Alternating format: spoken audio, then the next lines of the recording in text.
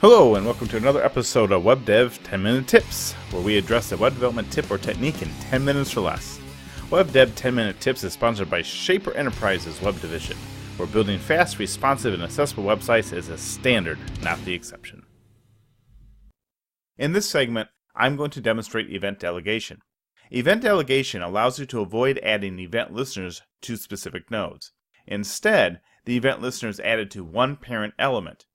That event listener analyzes bubbled events to find a match on the child element that may have been activated upon.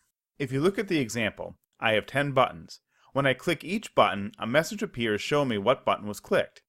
In addition to that, the button I clicked turns red. To accomplish this, I could assign an event to each button. However, if I assign an event to each button, I'd have 10 events in memory. It would be better if I could assign one event to a parent that contains all the buttons. Then, depending on what button I clicked, I could actually fire an event for that button without actually assigning an event to that button itself. To get started with this demonstration, let's look at the HTML code. I have a div with the ID of button group, which contains 10 input elements that are all buttons. The div is a parent to all the buttons. I also have a paragraph element that will be updated when a button is clicked. For now it reads, the button clicked is ... no button clicked. That's pretty much the HTML. Pretty straightforward. For the CSS, I am using Bootstrap 4. In the JavaScript file, I first start with useStrict. The useStrict directive is new in ECMAScript version 5. It is not a statement, but a literal expression ignored by earlier versions of JavaScript. The purpose of useStrict is to indicate that the code should be executed in strict mode. With strict mode, you cannot, for example, use undeclared variables. All modern browsers support useStrict except Internet Explorer 9 and lower. It is recommended to use useStrict in all your JavaScript files. After useStrict, I create an object literal named ED, abbreviation for event delegation.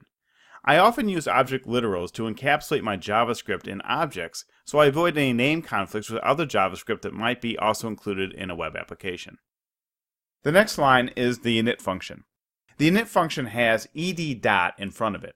This means that the init function is part of the ed object. This function is called when the JavaScript file is loaded. I use the init function to set up any event listeners I might need. I want to mention that functions in objects are actually called methods. I am calling them functions here to make it more clear. Also, from this point on, I will be calling the object functions by their function name only and not stating the object first, as that is obvious. The last line is where I call the init function. So when the whole file is loaded, calling this function starts everything off. This is the basic JavaScript I am using to get started. Next, I will add some code to the init function. The code I added assigns an event listener to the div with the ID of button group. The event listener has 3 parameters. The first is the type of event entered as a string. The second is a function we want to call when an event occurs. The third is a Boolean value specifying whether to use event bubbling or event capturing. This parameter is optional. So in this example, I have assigned a click event to the div element that has the ID of button group. Then, when that div is clicked on, the display result function will fire. Next, we will start creating the display result function code. You can see that the display result function has one parameter named event. The event is the information about the element that was clicked. This information is sent behind the scenes, so we actually do not have to ask for it to be sent. I used the word event to make it clear, but I could have used any word. Event, EVT, or E are commonly used. First, I check to make sure the element clicked is an input element. All the buttons are input elements, so I am making sure a button is clicked. This is what I meant when I earlier stated the event listener analyzes bubbled events to find a match on a child element that may have been activated upon. When we click on the div element, it bubbles to the input element and returns the input element's information. The input element information is only returned if it bubbles up to an input element. For example, if I were to click on the edge of the div element, then an input element would not be found and no input information would be sent. So this line of code checks to make sure we have clicked on an input element and not something else. Because I am changing the look of the button that was clicked, I want to identify that button. As we saw before, event.target is the element we clicked. So, for the first line of added code, I set the class attribute to turn the button red.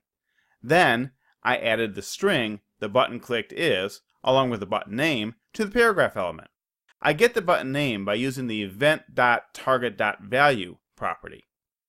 The code is working as expected, but I have one problem. All my buttons are turning red.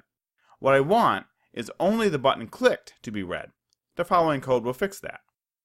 I created a last button property that will eventually hold the information of the last button clicked. I also added a logic statement that first checks to see if a button was clicked the last time. If not, then it assigns the currently clicked button's information to the last button property. If so, it changes the button that was clicked last time, its color back to green, and it assigns that button's information to the last button property. That is it for the JavaScript code. By using the event delegation, I was able to assign one click event to the div element that contains all the input elements. Through bubbling, I could bubble up to the input element I actually clicked on. If I wanted to take this further, I could assign a separate function to each button based upon its name. I could also assign IDs to each button and assign different functions to the IDs. However it is done, event delegation is a much better way of assigning events to multiple elements.